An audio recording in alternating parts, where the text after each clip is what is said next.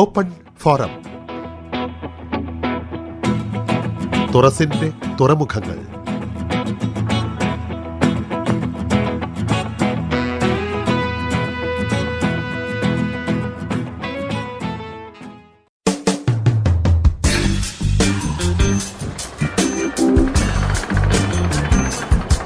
നഗരമേ നന്ദി. പുറമേ നിന്നെത്തിയവരെയും ചേർത്തു പിടിച്ച കോഴിക്കോടിനെക്കുറിച്ച് സ്നേഹപൂർവം.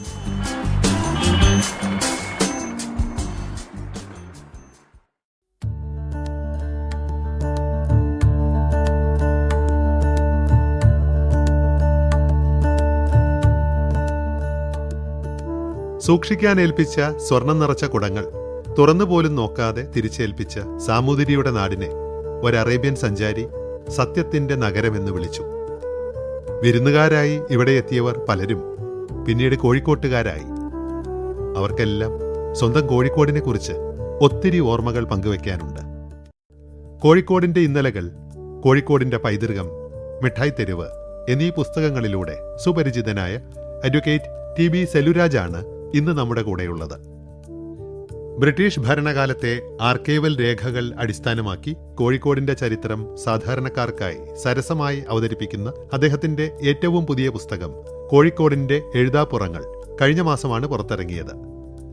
70കളുടെ തുടക്കത്തിൽ തന്റെ ബാല്യകാലത്ത് കോഴിക്കോടെത്തിയ അഡ്വക്കേറ്റ് TB സെലുരാജിന്റെ ഓർമ്മകൾ കേൾക്കാം.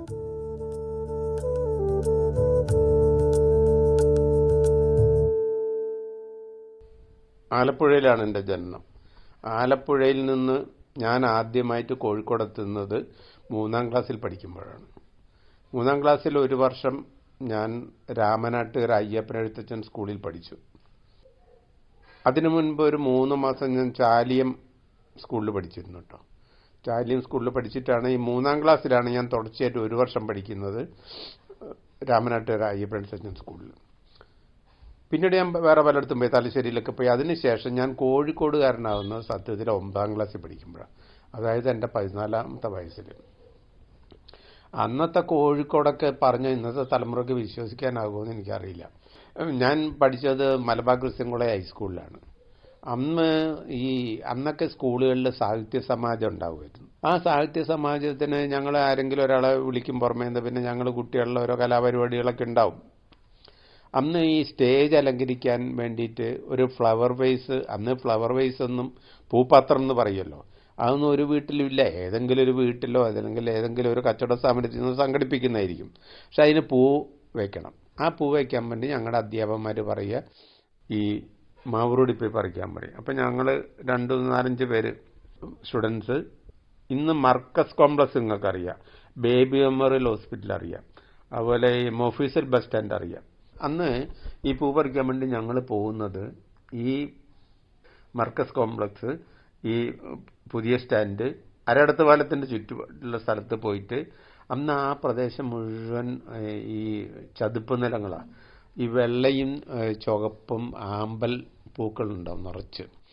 അത് പറിച്ചു കൊണ്ടുവരും. അതാണ് ഞങ്ങളുടെ ഇത്. അന്ന് എങ്ങനെയാണെന്ന് പറഞ്ഞാൽ, ഒരു മഴക്കാലമൊക്കെ അങ്ങോട്ട് ആയിക്കഴിഞ്ഞാൽ ഇത് മുഴുവൻ ഫ്ലഡഡ് ആണ്.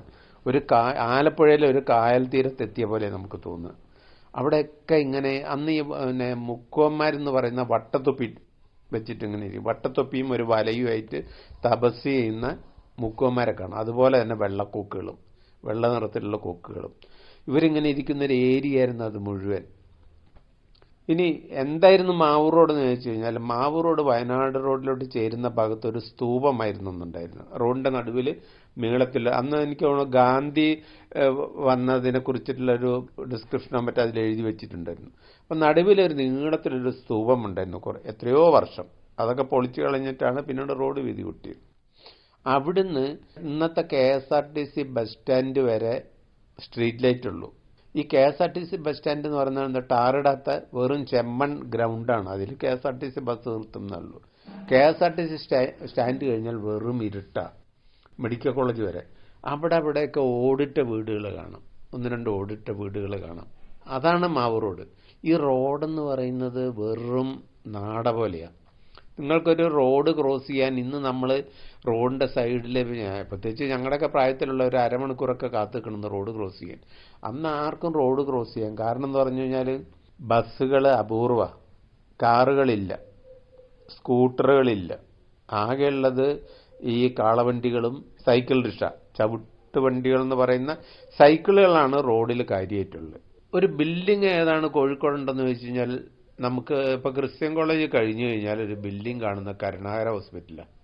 കരുണാകര ഹോസ്പിറ്റലിൻ്റെ ഓപ്പോസിറ്റ് ഒരു പാംസ് മെഡിക്കൽസ് ഉണ്ട്. അത് കഴിഞ്ഞു കഴിഞ്ഞാൽ വേറെ ഒന്നുമില്ല. ഇന്നത്തെ പോലെ MESന്റെ ബിൽഡിങ്ങോ അങ്ങനെ ഒന്നുമില്ല, വെറും കാലി സ്ഥലം മുഴുവൻ. അത് കഴിഞ്ഞാൽ ഒരു ബിൽഡിംഗ് കാണുന്ന അശോക ഹോസ്പിറ്റലാണ്. അവിടെ ഒരു ക്ലോക്ക് ടവർ ഉണ്ടായിരുന്നു, അതാണ് അതിൻ്റെ വലിയൊരു ഹൈലൈറ്റ് ചെയ്യുന്ന സംഭവം.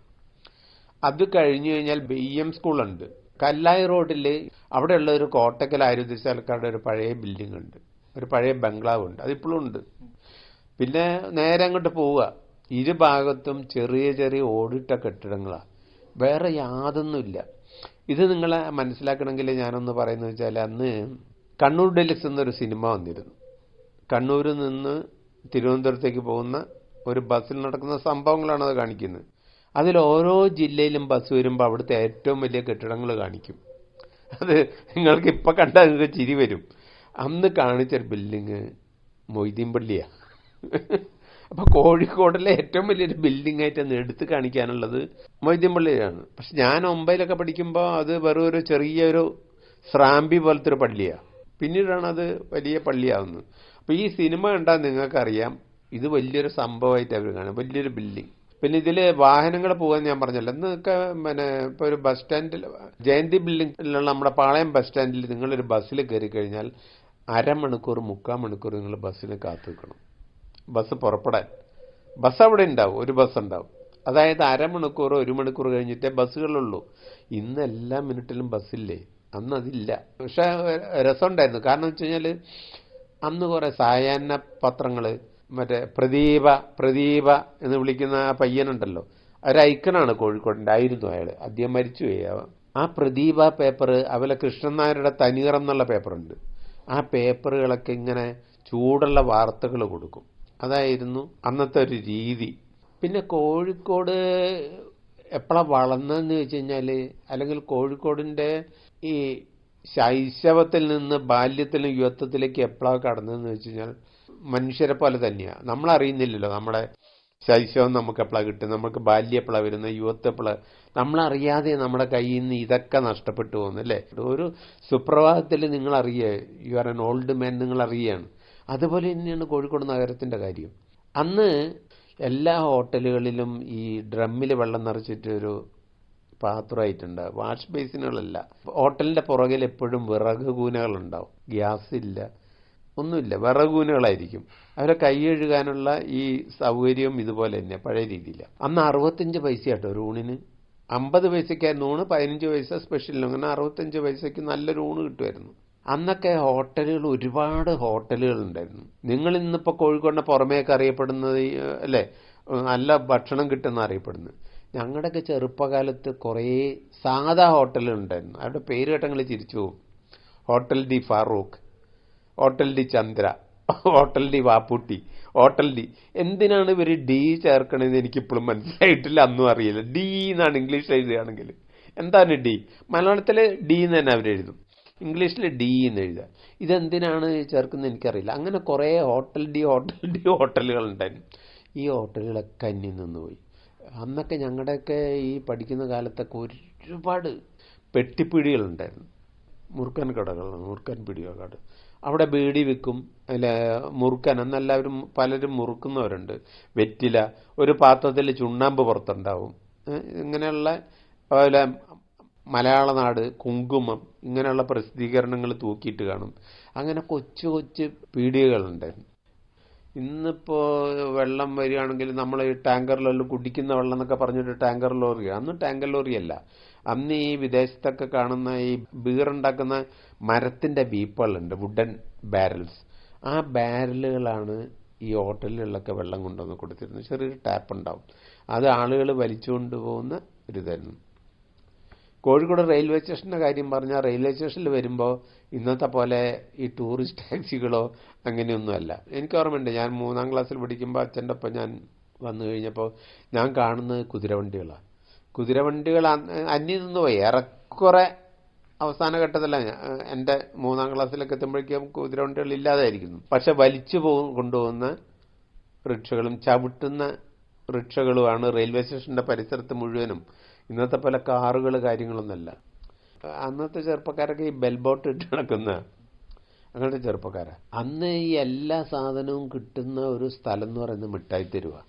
നിങ്ങൾ മിഠായി തെരുവിൽ MT കാണും, അല്ലെ മറ്റു സാഹിത്യകാരന്മാരെ കാണും, മുത്തുക്കൊടിനെ കാണും, അല്ലെങ്കിൽ വാസുപ്രദീപിനെ കാണും എന്നൊക്കെ പറയുമ്പോൾ ഒരു കാര്യം മനസ്സിലാക്കണം, അന്ന് വേറൊരു സ്ഥലമില്ല പോകാൻ. ഇതിന് അറുതി കിട്ടിയത് എപ്പോഴാന്ന് പറഞ്ഞപ്പോൾ വെച്ചാൽ ഈ മഹാറാണി ഹോട്ടലിൽ വന്നു കഴിഞ്ഞപ്പോഴാണ് കലാകാരന്മാരും സാംസ്കാരിക നായന്മാരൊക്കെ അങ്ങോട്ട് ചേക്കാറാൻ തുടങ്ങിയത്. ക്രിസ്ത്യൻ കോളേജിലൊക്കെ പഠിക്കുന്ന സമയത്ത് ഓട്ടോറിക്ഷയ്ക്ക് 1 രൂപയൊക്കെ ഉള്ളൂ. പിന്നീട് അത് 2 രൂപയെ അങ്ങനെയാണ്. ഈ ഓട്ടോറിക്ഷകൾ തന്നെ അപൂർവമാണ്.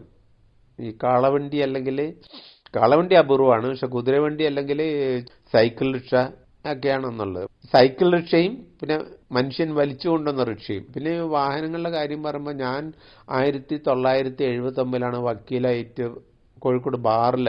അന്ന് ബാറിൽ നിങ്ങൾ വിശ്വസിക്കില്ല 6 കാറ് 6 or 7 കാറോ ഉള്ളത്. 1979 ഞാനൊരു വക്കീലായിട്ട് വരുമ്പോൾ കോഴിക്കോട് ബാർ അസോസിയേഷനിൽ 6 കാറ്.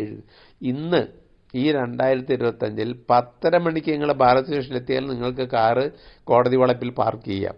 ഇല്ലെങ്കിൽ നിങ്ങൾ ബീച്ച് റോഡിലും ആംഗ്ലോ ഇന്ത്യൻ സ്കൂളിൻ്റെ റോഡിലൊക്കെ പാർക്ക് ചെയ്യണം. അത്രത്തോളം മാറിപ്പോയി ഇന്ന്.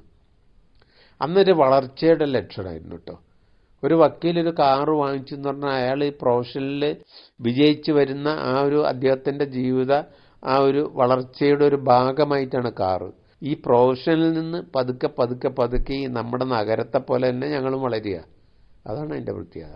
അതുപോലെ ഞങ്ങളെ സംബന്ധിച്ചോളം എന്ത് കാര്യത്തിനും മിഠായി തെരുവിൽ വന്നിരുന്നു. മിഠായി തെരുവിൽ അന്നുണ്ടായിരുന്നത് ലക്കി ഹോട്ടൽ. തുടക്കത്തിൽ തന്നെ ലക്കി ഹോട്ടലാണ് ബിരിയാണിക്ക് ഫേമസ്. അന്ന് ലക്കി ഹോട്ടലിലൊരു ബിരിയാണി എന്ന് പറഞ്ഞാൽ ദാറ്റ് ഈസ് സംതിങ് ഡിഫറെൻറ്റ്. അത്ര ഫേമസ് ആയിരുന്നു. ലക്കി ഹോട്ടൽ കഴിഞ്ഞാൽ പിന്നെ Radha cinema theatre. 3 cinema entertainment കാര്യം പറയണം, 3 സിനിമാ തിയേറ്ററാണെന്നുള്ളത്. Coronation theatre, Radha theatre, crown theatre. ഈ ക്രൗൺ തിയേറ്ററിനോട് ശരിക്കും നമുക്കൊരു കടപ്പാടുണ്ട് കേട്ടോ. കാരണം കോഴിക്കോട് ജനതയെ ആദ്യമായിട്ട് നല്ല English cinema classic English pictures കാണിച്ചത് ക്രൗൺ തിയേറ്ററാണ്. അന്ന് ക്രൗൺ തിയേറ്ററിൽ ഇംഗ്ലീഷ് പിക്ചേഴ്സേ വരുള്ളൂ, മറ്റുള്ള ഭാഷയിലുള്ള പിക്ചേഴ്സ് വരില്ല. അപ്പോൾ കോഴിക്കോടുകാരനെ ഇംഗ്ലീഷ് സിനിമ കാണിച്ചത് എന്ന് പറയുന്നത് ശരിക്കും ക്രൗൺ തിയേറ്ററാണ്. പിന്നെ രാധാ തിയേറ്ററുള്ളത്, പിന്നെ കോർണേഷൻ തിയേറ്റർ. കോർണേഷൻ തിയേറ്ററിൻ്റെ തുടക്കത്തിലുള്ള പേര് ഷാജഹാൻ പിക്ചർ പാലസ് എന്നായിരുന്നു. പിന്നത്തെ എൻ്റർടൈൻമെൻ്റ് എന്ന് പറയുന്നത് സർക്കസാണ്. അത് സ്കൂൾ അടയ്ക്കുമ്പോഴേ സർക്കസ് വരുള്ളൂ. അവധിക്കാലത്ത് ഇന്നത്തെ ഇൻഡോർ സ്റ്റേഡിയം അന്നില്ല. ഞാനൊക്കെ വരുന്ന കാലഘട്ടത്തിൽ 70കളുടെ തുടക്കം 60കളുടെ അവസാനം ആ കാലഘട്ടത്തിൽ എൻ്റർടൈൻമെൻ്റ് എന്ന് പറയുന്നത് ഈ വർഷത്തിലൊരിക്കൽ വരുന്ന സർക്കസുകാരാണ്. അവർ ഇൻഡോർ സ്റ്റേഡിയം അന്നില്ല, ആ ഗ്രൗണ്ടിലാണ് വയ്ക്കുക. പിന്നെ ഒരു എൻ്റർടൈൻമെൻ്റ് എന്ന് പറയുന്നത് നമ്മുടെ നഗരസഭയുടെ വക എക്സിബിഷനാണ്. അക്കാലത്ത് കോഴിക്കോട് നഗരസഭയുടെ എക്സിബിഷൻ എന്ന് പറഞ്ഞാൽ അതൊരു ദേശീയ ഉത്സവമാണ്. എല്ലാ ഫാമിലിയും irrespective of there caste creed അവിടെ ഉണ്ടാവും. ഒരു മാസം സ്കൂളടച്ചു എല്ലാവരും. അത് വല്ലാത്തൊരു അനുഭവമായിരുന്നു. അതുപോലെ നാടകം, ടൗണിൽ നല്ല നാടകങ്ങൾ കാണിക്കുമായിരുന്നു, നല്ല നാടകങ്ങൾ. അതൊക്കെയാണ് അന്നത്തെ ഒരു എൻ്റർടൈൻമെൻ്റ് എന്ന് പറയുന്നത്. ഈ ബസ് സർവീസിൻ്റെ കാര്യത്തിൽ ഒന്നുകൂടെ പറയട്ടെ, പലർക്കും അറിയില്ല. നമ്മുടെ കോഴിക്കോട് കോർപ്പറേഷന് അന്ന് നഗരസഭ മുനിസിപ്പൽ ഇതാണ്, അവർക്ക് ബസ് സർവീസ് ഉണ്ടായിരുന്നു. അവരുടെ ബസ്സാണ് മെഡിക്കൽ കോളേജിലോട്ടും ബീച്ചിലോട്ടും പോകുന്ന ആണ് പ്രധാനമായിട്ടും. CMC എന്നാണ് പറയുക, കാലിക്കറ്റ് മുനിസിപ്പൽ കോർപ്പറേഷൻ എന്ന മറ്റാണ്.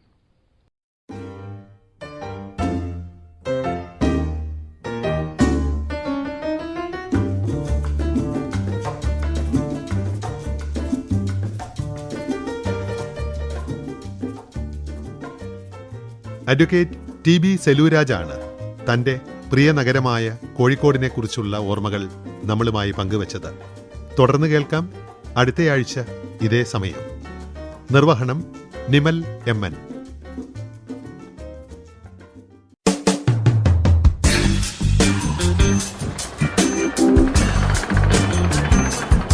നഗരമേ നന്ദി. പുറമേ നിന്നെത്തിയവരെയും ചേർത്തു പിടിച്ച കോഴിക്കോടിനെക്കുറിച്ച് സ്നേഹപൂർവം.